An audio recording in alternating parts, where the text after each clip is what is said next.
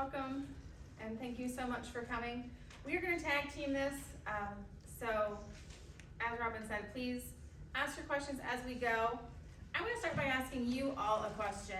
How many of you have been in the home that you're in now for, let's say, more than 10 years? Okay, most hands are raising. How many of you have noticed over those years that there are some things in that home that don't quite work for you as well as they used to? Okay. So our topic right now is called universal design. And universal design is the theory of designing a home or modifying a home so that it is functional for all ages and all abilities. So it's not, as some people think, about designing a home for aging in place. It's actually about designing a space for any age, any ability. So kids, grandkids can still fit well in this space. Little ones with short arms and short legs. People in wheelchairs, people that have handicaps, or any kind of mobility issues can still use this space. A great example is I had a college professor who had fibromyalgia, and she decided to build a house before her retirement, and she designed her home specifically with the universal design theory that she knew this was the last home she ever wanted to live in, and she designed everything. She was still mobile, but she knew that her long term was she expected that she was probably going to be wheelchair bound eventually. She designed everything in that home for wheelchair accessibility in the long run. So, but it also was designed so that her grandkids down the road would be able to use it. So everything was designed, not that I can use it now, but that I can use it in 20 years. So let's think about our homes, the spaces that we live in. We want our homes to be comfortable, efficient, safe. We want them to support our own independence. Are there things in your homes that you think sometimes make you a little bit less independent? That limit your independence at times? Maybe stairs? Well, the third cupboard up high, I was just gonna say, how many cabinets can you have? I fixed it as much as I could to get things down below. Okay, right. So are there places in your home that you A, don't go, or B, can't get to? Okay, and we want our homes to be designed to change with us over time. That's really important. Notice this last part. We should not have to struggle to get things through two narrow doorways. How many of you have noticed your bathroom doors, especially older homes, are much narrower than the other doors in the house? Yeah. How many of you have tried to use a walker to get through that doorway? Or have ever skinned knuckles trying to fit a laundry basket through a doorway? Or anything else through doorways. So those are challenges. How about difficult or unsafe? Obviously, this is a child, but universal design is for all ages. So common places, it shouldn't be unsafe to get to normal areas of our home. Even that third cabinet, third shelf, shouldn't be unsafe to get to. So there shouldn't be places in our home, even laundry, that shouldn't be unsafe to get to. If you have to go downstairs to get to laundry, does that mean carrying a laundry basket up and downstairs, which is potentially extremely unsafe? What about poor lighting? How many of our homes don't have enough light in them? How many of your rooms don't have overhead lights? That's very common in a lot of rooms, especially like older homes. They don't have ceiling lights or bright enough ceiling lights, or light switches that aren't in really good places so that you have to like walk all the way through a room to turn the light switch on. Not a good thing. So poor lighting is important. How about just awkward? How many of your kitchens, bathrooms have that cabinet that like goes into Narnia land? That you have to like get on your knees, upside down to get to that backside? Okay, that should not have to happen. So that's not a good thing.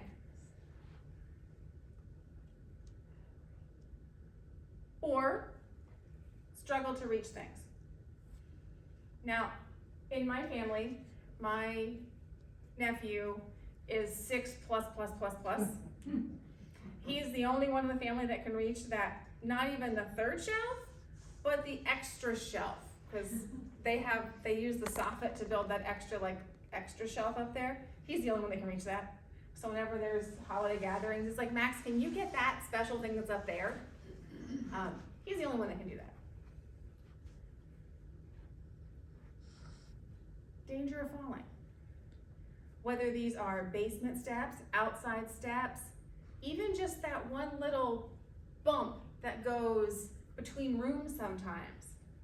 In my house, I have a lovely one of these. I have one of those in between two hardwood sections of floor where, whatever that thing is, yeah, it's lifting up. It just needs to be glued back down, and I kick it constantly. So one of these days, I'm gonna be on my face until I fix it. So the rule of what you need to remember here. I'm saying it. You need to fix it now before you fall. Before I'm on my face, exactly. I just keep stomping it down and it sticks for like 10 more minutes. So I need to fix it, exactly. So, rule of thumb for everything is don't wait until it's too late to fix something or change something. Think about it ahead of time, because when you need it, it's probably already too late. The damage is probably already done. There we go. See, universal design myself, as opposed to waiting till later. Struggling to open doors. Do you ever attempt to open a door with your arms full? Never. Never. Do you get the prize today, or are you just lying to me? I think that was facetious. Yeah. Okay. I do it all at once. I know. But you wouldn't want to make 3 trips, right? Oh, That's right. that just means more exercise. But on a rainy day like today. And this is the scary part for so many of us, but be forced to move because our home is not adaptable to what we need. Universal design means that our home can be adaptable to us. And there are so many modifications that can be made to a lot of places, and we're gonna talk about those. That's our next step here. So, we can modify a lot of things, and that's what we would like to talk to you about.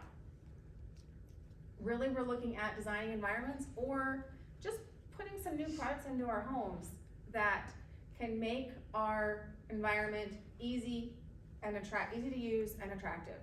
Some of the things that were back on that back table are things that can be modified to your home. Some of them are just everyday ease of use things for our lives. Some of them were just spoons and plates and dressing aids to make our lives easier as we age or if we have mobility challenges. Some of them are going to be things that we'll talk about for actual physical parts of your home. But this is the idea. It's just a concept. It's universal design as a whole is everyone.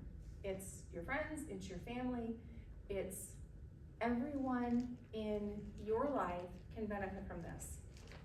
And if you ever had that thought of whether it's your own home or whether it's going to someone else's home and thinking, I can't go there, I don't want to go there, I don't feel safe there. I know in my home, we've added a handrail just to get up into our back door because of my parents and my in-laws, because it's just got, both of our doors have one step and it's too much for all of the elderly parents in our world. We can't take away the step, but we can add a way for them to get into our home more easily. So don't let those parents trip on that threshold. Oh, there we go. Whew, the guilt is gonna get me today. Her name is Pam. Okay, thanks, Miss Pam. All right, Yes. all right. What it is not, there's no code about universal design. So, you know, if anyone's thinking about there's, you know, someone's gonna enforce this, someone's gonna make me do this, that's not the case. This is a personal choice, this is just a choice that makes your home hopefully a little more user-friendly for you. And it's not just for someone that has disabilities. So I wanna share before we dive into some of the things that universal design is, the handouts that we have. There were 6 handouts back there. Some of them are like a checklist for you. One is, you know, creating a user-friendly home. And then there was the personal assessment tool. These are the ones that kind of give you the clue of, do I need to do this, don't I need to do this? Am I already doing some of these things? And then there are some ones about just a really basic, the colorful one is elements of universal design. This is just that good overview of what we're talking about today. The top 10 is what we're gonna walk through next. What are the big 10 things that we really focus on with universal design? There's a ton of things you can do, but these are the major features of universal design. And then the last 2 are about making those modifications, implementing modifications, and then the do-it-yourself checklist. And the do-it-yourself checklist is the, can I do this myself, or really should I hire somebody else to do this? Because we don't really want anybody to get into a project and then have it be one of those DIYs that was a DI shouldn't.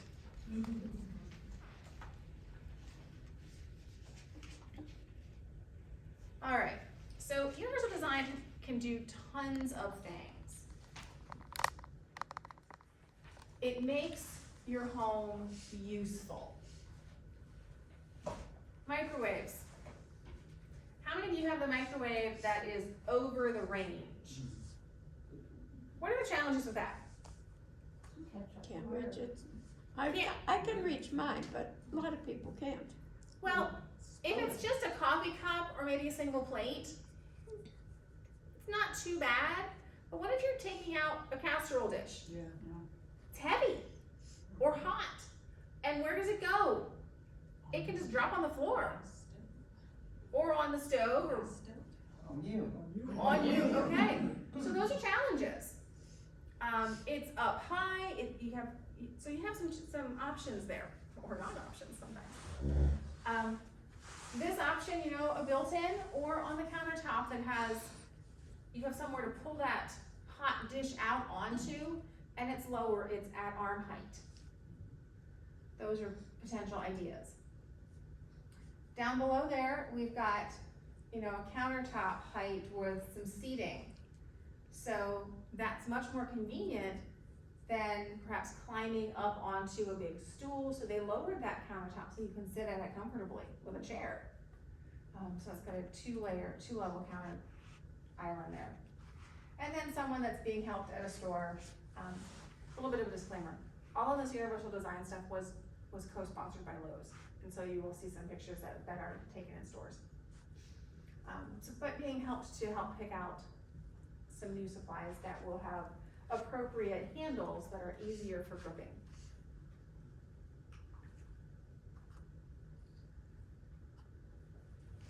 All right, so Robin, what makes some of these pictures easier for people to handle? Well, if you take the handle on the drawer up there, rather than being a small pull knob, you've got something that you can get your whole hand through. If you have limited finger range of motion, for example, you can use the whole hand to open the drawer. The garage door, I believe that's a garage door opener. So rather than having to, those doors are heavy, rather than trying to get those up and down by yourself, if you have a button like that, you can just punch in buttons and then the door goes up and down itself. In the bathroom photo, there's 2 things I see there. One is the mirror looks like it's somewhat adjustable, so if you're short or if you're seated at the sink to do something or in a wheelchair, you can tilt the mirror so you can see it from the seated position. And also the pedestal sink, if you're sitting down, allows you to get up close and right underneath the sink, where if it's in a cabinet, you end up having to open up the doors. If you even thought about this, opening up the doors and make sure you've got enough space to get your knees, to get you closer so that when you brush your teeth and spit in the sink, it actually goes in the sink and not on the countertop or down the front of you. The light switch thing, I will say I do not know what that one is. Okay, so that's a light switch. We installed a ceiling fan in our bedroom and it came with a remote control. And so that would be a light switch that has a optional remote control with it Okay, for the fan. and the light. Oh, and the light, okay. Mhm. And so you could actually like take that over to your bed with you or move it around the room with you to control the fan and the light. So when you get in bed and realize you left the light on, Or you wanna adjust the fan, or just in the fan. it's right there with you. And And the top, that's really cool there's a because sprayer. the whole top of the faucet comes off, and I've seen more and more of those There are a lot of being those. made now. Yes, my faucets now have this sprayer on the end that comes out and it's really handy. The plumber doesn't really like it and I said, hey, it's worth every penny of it, it's wonderful. Even on the bathroom sink now, they're doing those, which is pretty awesome. The other thing is that people used to think that these adaptations weren't attractive, they were more industrial or institutional looking, and that is so not the case now. These days, they're standard. They're becoming much more uniform, normal. If you look at that black bathroom, that does not look industrial at all. That is polished. They're very attractive. The garage on the other side, that is a ramp that rolls straight down from that front door onto the driveway. You would never know that there's a grade there. There's no stairs, there's no lips at all. It just rolls right onto the driveway. And even grab bars, I've seen some delicious, beautiful grab bars.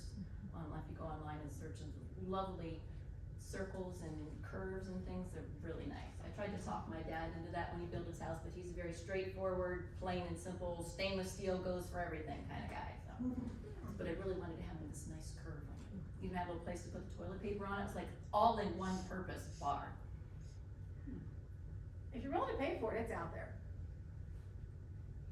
Now, the same thing goes with, it can improve your resale value. If you have these things already done in a home, it also opens up your home to who can be able to purchase that home in the future, and they look at it and say, I have to do this when I move in. If they look at a home and think, well, I have to make this adjustment, this adjustment, this adjustment, they already did this for me, that's pretty awesome. And that lovely hallway with the bookshelf in it, again, what's the issue I've been talking about, that threshold that's popping up in my house? Notice there's none in that, and there's no transitions in that hallway. Where at that door, there could have been a transition, but there's not. There's no lip there at all. And then in this kitchen, they have that lower level there, and they even put a sink in it. So somebody could get to that sink at a lower level. So, some really nice things. Obviously, all these things could cost some money if you're doing some design, but, that's regular chair height as opposed to stool height seating.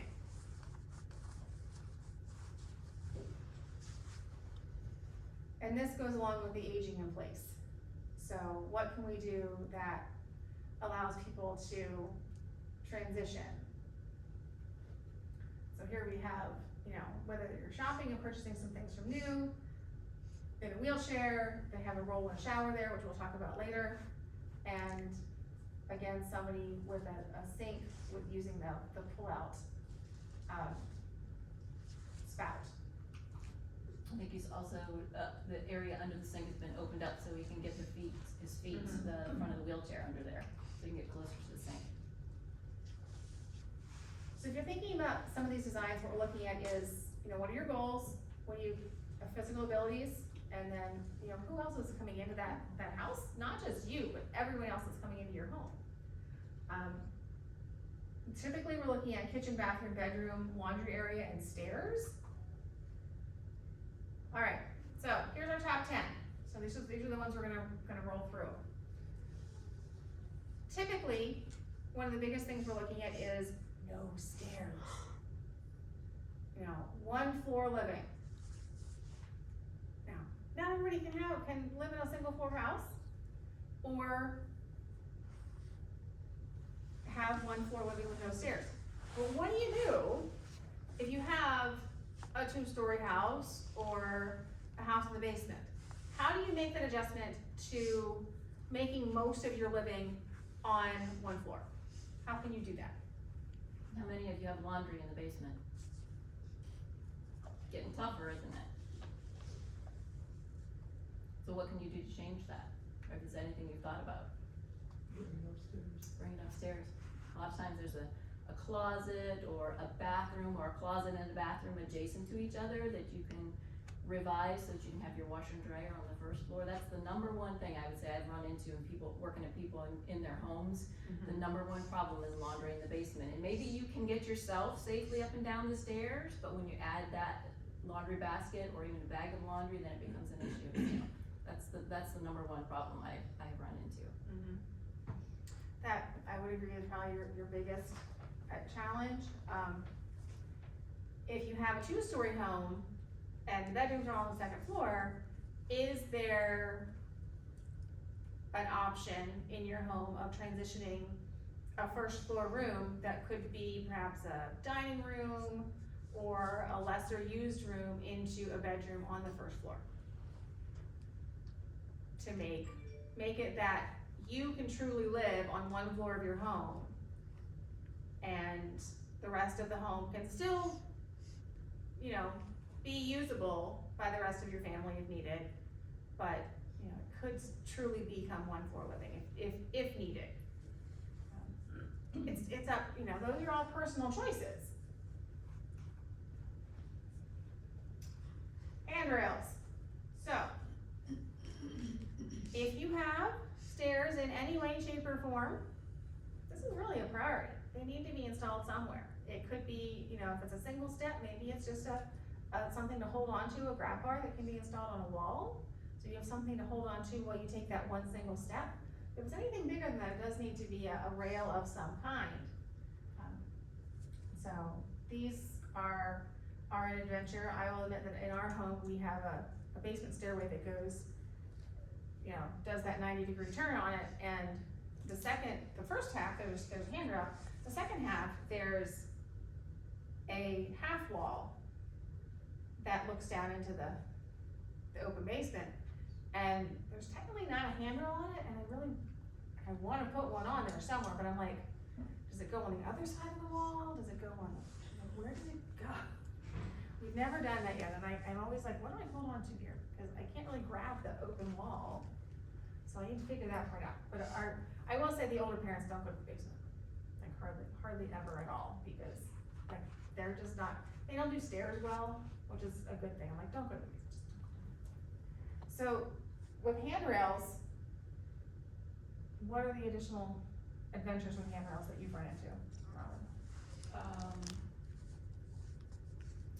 don't know there's been any real issues with handrails unless you've got someplace that's really narrow, like a finished basement that you use a lot.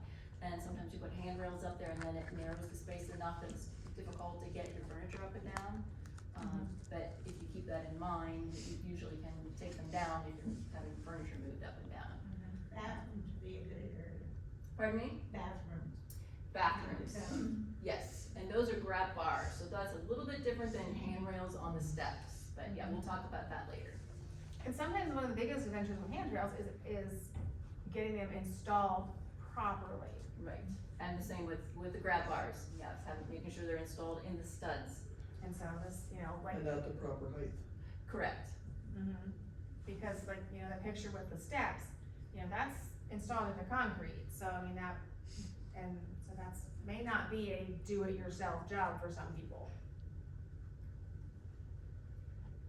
And so this is the next one, and I'm gonna let you take this one totally, because this is the whole shower situation. Okay, so I'm an occupational therapist, so in my experience, the showers are a really big deal in helping people complete their personal care as independently as possible. So what we have here are 3 examples of good and maybe not so good, but all things to think about. So on the left is a handheld shower. These are wonderful, and I didn't even realize how great they were. I actually grew up with one of these, but as a therapist now I realize that they are wonderful for if you have limited range of motion and can't lift up to adjust the water. If for balance and safety issues you need to sit down and shower, You can't move in and out of the water if you just have a single shower head up above. But if you have a handheld shower and it's installed down where it should be, meaning it's down where you can reach it from a seated level, then you can have the water running all the time, but it's not blowing in your face, or you've got your back to it and it's blowing on the back of your head, okay? They're also very useful for cleaning items, you know, your window screens, your dog, or whatever, they're very handy.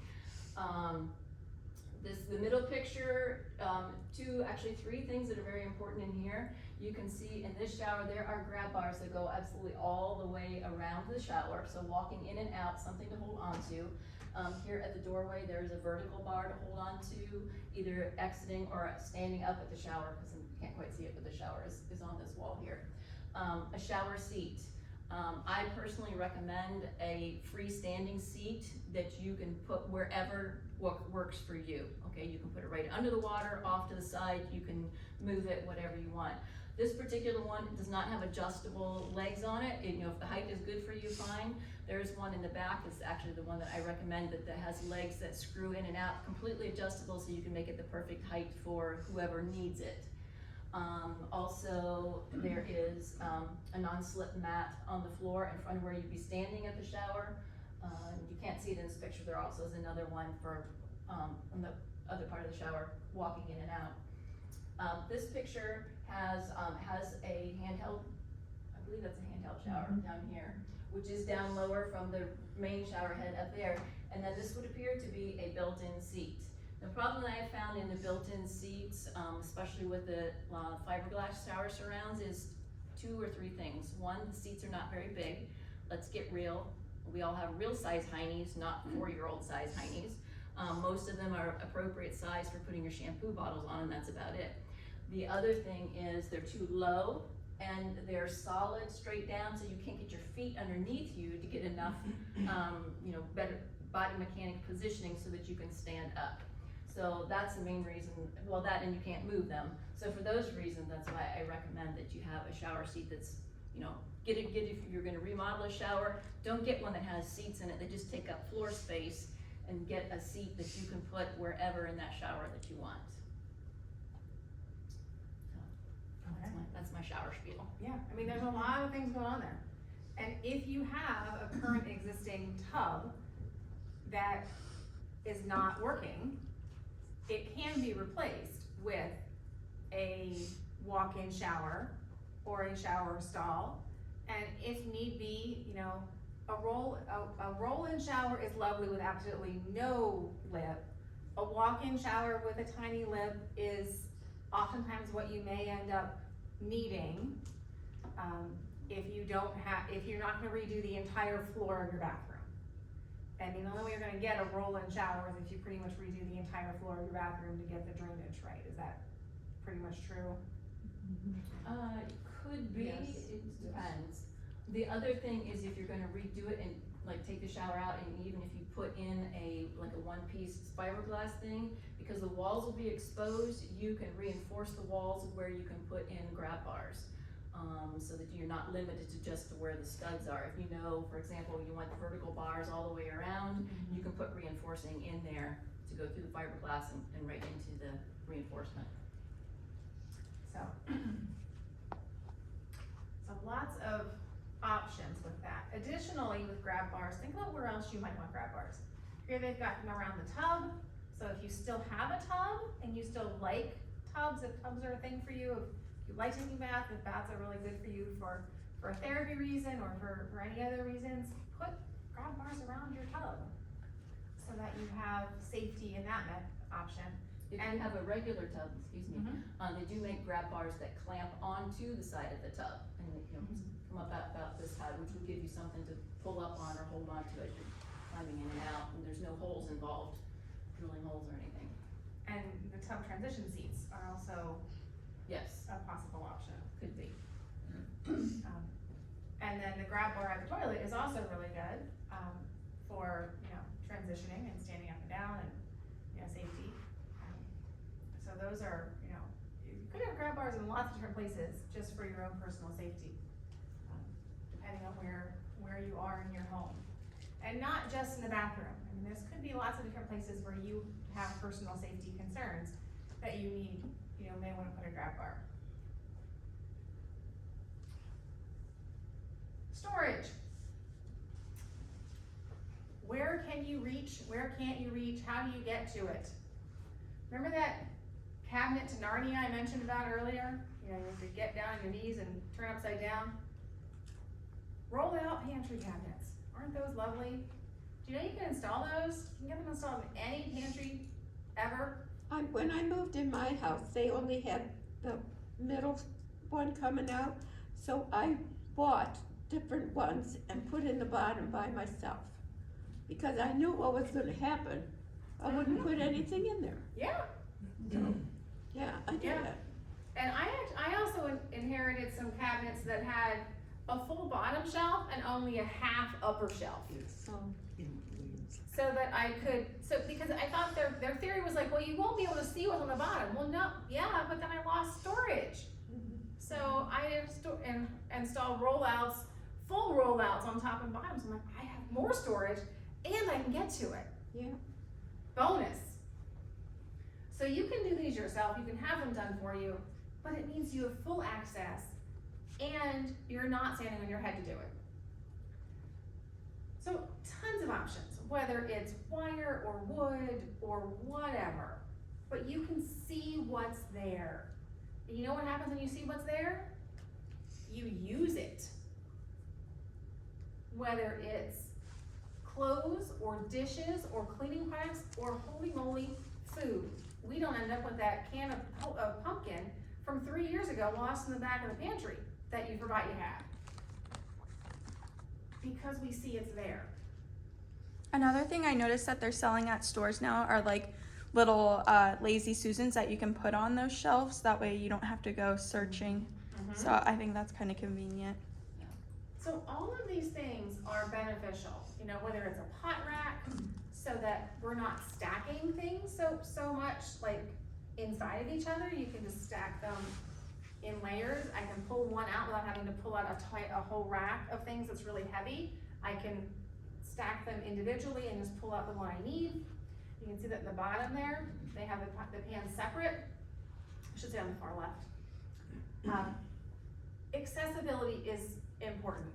What can we actually get to in our cupboards? And let me add something about closets, because that's another thing I've learned a lot about in visiting people's homes. A lot of us tend to be pack rats with our closets, whether it's just so it's out of sight, out of mind. But really, I found a lot of people, any kind of balance issue, and you've got 5 seasons of clothes in one closet, and they're all crammed in there, and in order to get it out, you have to really pull. That's not a good idea if you have any kind of balance issue. Plus, as Kate mentioned, if you can't see it, you're not gonna use it. So sometimes the simplest thing to do is to simplify, to clean out, to go through your closet. I haven't worn that in 5 years. Put it on a to-go list. And then you don't have to get rid of it right away. Just put it someplace and see if you miss it. And if you don't miss it, then you can take it down to Save and Serve or something. I've also found that what you do is have your significant other go through the closet and pick out clothes for you. And then those clothes, just take them to Save and Serve, because honestly, they don't pay any attention to what we wear. If you tell them to bring something, you're in a hospital or something. I've had so many women say, I haven't worn this in 3 years. Where did you find this? So, that would be a way to do that also. All right, that's really good tips there. So along those lines, specifically with clothing, or any clean out. With clothing, there's one general decluttering rule that I intend to follow, and that is seasonally turn all the hangers in your closet around backwards. And then as you wear something and you put it back in the closet, turn the hanger around so you hook it straight on. When you get to the end of the season, anything with a backwards hanger yet means you haven't worn it all season. That's a clue. And now, if it's an extremely awkward, unnormal season, like it's really super hot, it's really super chill. Like Ohio? Yeah. I love when you said 5 seasons. I'm like, yeah, we have 5 seasons in Ohio. But then reevaluate the things that you haven't worn all season. To be like, okay, maybe I really don't need that item anymore. And any other basic clean out, create a 1-year box or a 6-month box as you're cleaning stuff out. Clean out a closet or a cupboard or a pantry or whatever. Put the things you want to get rid of in a box, label it with a date, label the contents on the outside of the box, seal it up, put it away. Whenever that date comes, take the whole box and give it away. If you haven't needed anything in that box for the past 6 months, year, whatever you've marked that time on, donate the whole box. Don't open it up, don't look at it, don't decide, I might need this in the future. Just give away the whole box, donate the whole thing, don't second guess it, because you haven't needed it in the past year. Done. Lighting. There's lighting that we need in our homes in lots of different ways. We need good overhead lighting, we need good task lighting, that might be under cabinet lighting, that might be right where we are right now, that might be, end table lighting, bedside lighting, at our, in our bathroom lighting. And then sometimes you just need ambient lighting for it's just pretty to have, on a picture and stuff. But adequate light. If there's not enough light in your space, find ways to get more. And find ways to get power to those lights. And there are lovely things like remote control outlets. So if there's not a switch where you want it, if there's not an outlet where you want it, you can, do what you need to get things where you need them. And here's a really awesome one. And then I'm gonna give this to you. But this is one of my favorite things. I like to snuggle up in bed at night before I turn the lights off. So I put a remote control outlet on my bedside light, and I stuck it to the side of my nightstand. So once I snuggle up at night, I just push the button on my bedside and the light goes out. Then I don't have to uncover myself and reach up and turn the light out. Because that was one of my end of day frustrations. I'm like, okay, I'm all tucked up, I'm ready to go to bed. I'm like, oh, because the light was over there. That was just one of my end of day frustrations. I'm like, okay, how can I solve this? Yep, put my outlet on a remote, boom, right there. And it just makes the end of my day peaceful. And I would like to add to that night lights. I'm sure everybody gets up in the middle of the night to go to the bathroom, right? And the last thing you wanna do is flip on all the lights and be fully awake, so it takes you half an hour to go back to sleep. So night lights are very important, and they have all different kinds these days. Motion sensors are nice, you put them in the right spot, and they come on, and then they go off by themselves. I've also seen some that are actually outlet covers that have lights on them, and I believe those are motion sensors also. Or they come on when it's dark, and it's just small lights just down low. And then they also have battery operated ones. I know our bathroom doesn't have an outlet where you would put a night light that isn't shining right in your eyes, when you're laying in bed. And I like the feng shui in my room right now. I don't want to move the bed so that the light from the bathroom's not shining in my eyes. But even in the hallways, if you get up and have a midnight snack, a light in the hallway, you get to the kitchen, a night light in the kitchen that maybe comes on when it's dark and goes off when the light comes on, so that you can go out there and get your cookie at 3 o'clock in the morning, but not have to turn on all the lights. But also to have enough light that you can see where you're going. Very important. All right. Things we can grab as mobility may change. Now you may be willing to replace all of the doorknobs in your home, because round grip doorknobs are not always easy to grip, especially if your hands are full, or if you start to lose mobility. A couple of things that we can do to change that. This little guy is a grippy that you can stretch and put over round doorknobs. It just makes them grippier, essentially. It's a great term. That's a professional term. It is a totally professional term.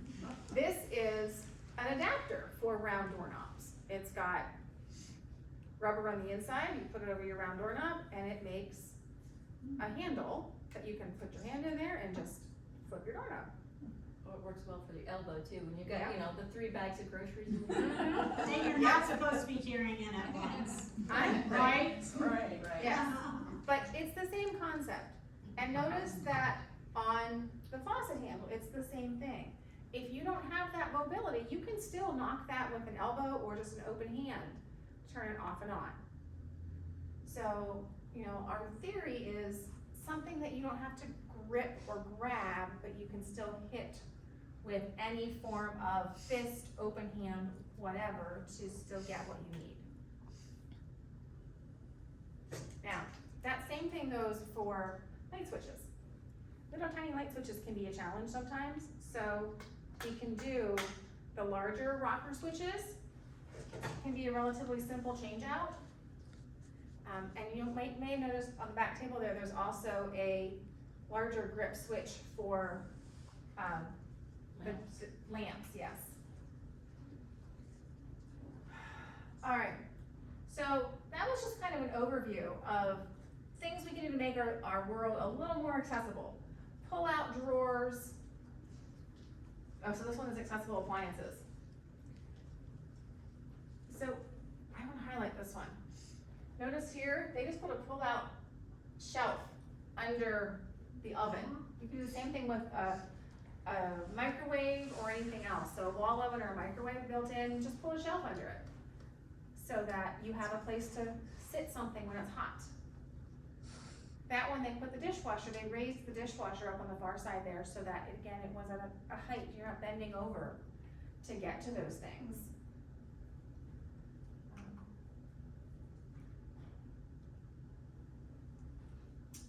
Flooring, non-slip. In the middle picture there, again, transitions that are safer. I know one of Carrie's big adventures is talking about rugs a lot. Alright. And Oh, nightlight. Robin's already mentioned night lights. What's here on the far right? And this was like 10 years ago, but you know, safety doorbells. Those are very popular these days. And right in the middle there is a motion controlled outside light. You know, solar, but also motion sensor outside light. Okay. And doorbells one, you can, they have them now, I'm blanking on the brand name, but you can install them where your existing doorbell is, and if you have a smartphone, you can bring it up on your smartphone, you can see who's there. If your door's unlocked, you can tell them, you know, door's unlocked, come on in, or if it's somebody, you know, salesman or whatever, you can ignore them. But or if the neighbor's stopping by to bring you soup for dinner, you know, you can say, leave it on the front step or something like that. Very handy, especially if it takes you a long time to get to the front door. Sometimes people think you're not home and they leave, and by the time you get to the door there, you've gotten yourself to the door and there's nobody there. So those are very handy for safety as far as, and convenience also. Alright, so I think we only have like 2 slides left, so these are gonna turn over to you. Okay. So, we've shared a lot of different things that you can think about making adjustments on. There's items on the back table, that you may have looked at, but the big question is sometimes, how do I do this and where do I find where I start? And this is all Robin's area, so this is all yours. Okay, so where you find things, well, first you need to decide what it is that you personally need. But home improvement stores, Lowe's, Home Depot, they all have kind of DIY safety kinds of things. There's also things that may not be in that section, but would help you in certain areas. And then you just need somebody to help you figure out what would work for you. Catalogs, some of it, you know, there's a catalog called Whatever Works, which has all kinds of goodies in it. Or, I don't know, the doctor, somebody's a brother. There's kind of these oddball catalogs that once you get on the mailing list, they come and they come and they come. Lots of times they have things in them. The internet, that's my favorite. You can find anything on the internet, and then once you find something you like, then you can see where you can get it. And then of course specialty stores, like the Altman Home Medical Store here in town, or in Worcester, the Wayne Homes durable medical equipment. I mean, they have a lot of things in there like that also.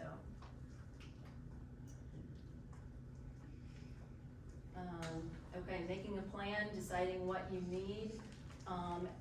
Modifications, is this the last slide? Yeah.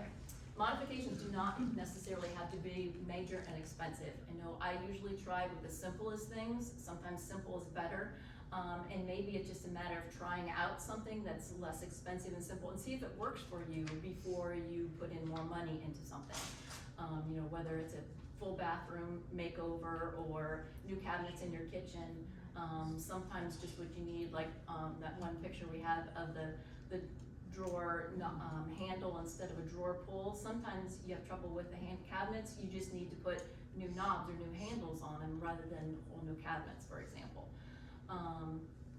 In the back, I brought in a few things to help safety-wise, either long-term or even if you have temporary conditions, if you have a knee replacement, you have a broken ankle, a hip replacement, back surgery, I mean, anything like that, any of these things can become an issue for you. It's not permanent, but even for the 4 to 6 weeks that you're laid up, you want to be as independent as possible. So any of these things that you can do, even on a temporary basis, can just make the world of difference, make things easier for you and for family members who might be staying with you or coming in to help you. As far as helping decide, what kinds of things should you personally consider for whatever you have going on in your life, or for somebody who's living with you or going to come and live with you. I have my business cards back there. I kind of started my own business. That's what I do now, using my experience as an occupational therapist and looking at what your personal needs are, what is your home environment, what can we do with what you have to make it as safe and as easy for you now, as well as addressing things that you might do in the future, either do now to plan for the future or kind of have in the back of your mind that you might want to do in the future, keeping in mind that you want to do some things before you really need it. The last thing you want to do is be in the hospital because you've fallen and broken your leg and have family members or somebody trying to get things changed at your house before you come home. So if you get kind of things set up beforehand, it makes a big difference, a lot less stress on you and your family. So now, we have any questions? Does anybody have any? The hardest part for most older adults is finding somebody to do that. Yes, for you them. are absolutely right. And the last few years it made it Yes, worse. but and yeah. those people right now that do that kind of thing, even I know one in particular who retired, only he actually is so busy now, he's not really retired. So I am working on trying to find somebody that I can have in my back pocket that I can recommend for people. I haven't found anybody yet that's very available, because like I said, everybody is really busy. But you're absolutely right, I hear that many, many times. Any other questions about the things that you have in your own home or specific Where concerns? did you find the special grab bar toilet paper holder thing you were talking about? Oh, I need something like that. okay. I looked online, and find things, and that particular one I have, I'm not sure where that was. But sometimes you can find them at store, like Lowe's, or places that sell bathroom, towel bars and things like that. Even Kind Lumber. I think I saw a couple out there that weren't just your basic straight plain grab bar or toilet paper holder. Just kind of have to look for things. Yeah. So I'm gonna ask a quick question, as we've gone through all of this. For any of you, who would you be willing to share if you could make one change to your home, based on some of these things, what would it be? Who would be willing to share? If you could make one change, what would it be? Pull out drawers. Pull out drawers. Yeah, we're at Danbury and, in the apartments, and I wish they had done that. And we have no drawers in the bathroom either. You don't have any grab bars in the bathroom either, do you? We had them installed. You had it installed, but they didn't come that way. Yes. Yes. You're Like, right. There's a lot of tips Should've that I've been. heard today Been in that that you one. could really implement. Alright, of so all places, yes. pull out drawers in Pull the out cabinets. Okay. And grab bars. Grab bars, back and back. I've had some things changed in my house, and when I redid my kitchen, because I had one of those Narnia corners, you couldn't get anything in there. On my corners, I have Lazy Susans. Yep. And everywhere else, except the kitchen sink, and that's a small cabinet, everything else is drawers. Mm-hmm. I've got, Deep drawers. I've got one, shallow drawer at the top and 2 deep drawers, Mm-hmm. and I love it, and because it would drive me crazy having to open the doors and slide that thing out, Yeah. just give me drawers. So, Yeah. and then I've added a room, and in my bathroom, I did a shower, roll in that I hope I never have to use a wheelchair in, but I could if I need to. Mm-hmm. And, I have 3 grab bars in there so Mhm. far. And after some surgery, actually my other bathroom, I I put a couple of grab bars in. Just one that was, well, it was a fiberglass, surround, and, I believe I put a vertical one just outside that surround that was on the framework, because it was solid wood behind that. And those help a lot. Yes. I know my parents, when they moved to their new home, they had two really big deep drawers in their kitchen, and they put their dishes in, they're like, it's right next to the dishwasher. Why are we gonna put the dishes up in a cabinet and have to lift when we can just put them down in a drawer and be right there? It was a smarter choice They for even them. have some of the newer, fancier cabinets now, will have these things where you have, Like these a- little post things you A can peg put in. system. But yeah, the Mhm. pegs that you can put in and divide those, like Yeah. a stack of small plates and a stack of bigger plates. Mhm. Because so many of the things going with the open shelving, and you can't put that much up there. So, it's And keep it pretty. looking pretty.